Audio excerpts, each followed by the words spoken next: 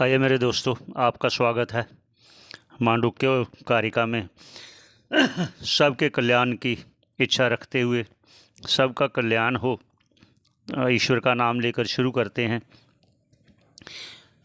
हम कथन कर रहे थे कि जो ये पहला आगे हेतु और फल आप सिद्ध नहीं कर पा रहे, तो हमारा सिद्धांत ही अजातवाद आप सिद्ध कर रहे हो।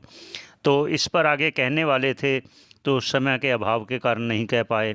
तो आगे जो है इसको संक्षेप में और कहते हैं। जैसे अभी कहा गया ना कि आप पहले धर्म था, ये तो देह कैसे आई? अगर पहले देह थी तो देह कैसे मिली धर्म के बिना? क्योंकि धर्म और धर्म के बिना किसी को देह प्राप्त होती नहीं। तो फिर ये कैसे हुआ? आप सिद्ध नहीं कर पा रहे। तो अब इसको संक्षेप में ऐसे कहते हैं, आगे स्वयं कहेंगे, गौड़पादाचार्य स्वयं कहेंगे। आगे क्या कहेंगे कि तो फिर ये कैसे है, ये व्यवस्था कैसे है? कहते जिस प्रकार आप स्वप्न देखते हो, तो स्वप्न में देखते हो तो वहाँ सभी पदार्थ देखते हो, सड़कें देखते हो, रथ घोड़े, अपने सब परिवार तक देखते हो, अपनी देह तक देखते हो, सब क्रियाएं करते हो जो जागृत में करते हो। वहाँ उत्पत्ति कैसे हुई? जो स्वप्न में संसार आपने देखा वो उसकी उत्पत्ति कैसे हुई, उस पर कहते हैं। क्योंकि ये आगे जो है श्लोक उसको पढ़ लेते हैं, फिर आगे करते हैं। क्या कहते हैं? स्वतो वा परतो वापि न किंचिद वस्तु जायते, सद असद्वापि ना किंचिद वस्तु जायते। कहते स्वतः ना तो अपने आप उत्पन्न होती है, ना पर तो ना किसी और से होती है, वापि ना किंचिद वस्तु जायते, इसलिए उभय रूप से भी कोई उत्पत्ति नहीं होती।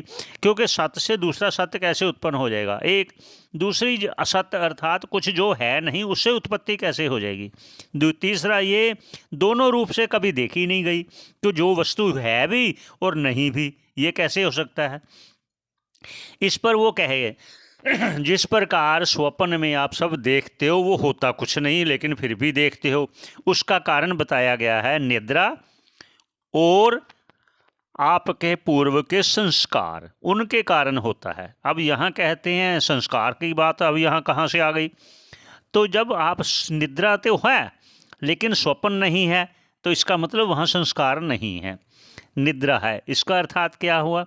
दो चीज़ें होती हैं, एक निद्रा होती है जो गाढ़ निद्रा कहते हैं, जहाँ स्वप्न नहीं होता, वहाँ अर्थात संस्कार वहाँ नहीं है, इसलिए वो गाढ़ निद्रा है। और जहाँ स्वप्न होता है वो संस्कार के कारण होता है। निद्रा तो दोनों में आ गई, नींद अर्थात। तो आगे क्या कहते हैं? ये दोनों नहीं हो सकती।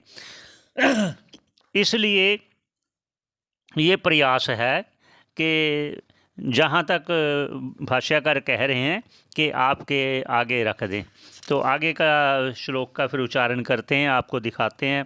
तो अगले श्लोक में फिर चलते हैं, यहीं पर विश्राम देते हैं सबकी कल्याण की चाहना करते हुए। अब तो ये आपने देख लिया, 21 और 22 नंबर श्लोक हो गया। 21 पहले कर दिया और 22 नंबर अब कर दिया। तो आगे चलते हैं, दोबारा भेंट होती है अगले श्लोक में। आप सभी का धन्यवाद श्रवण करने का।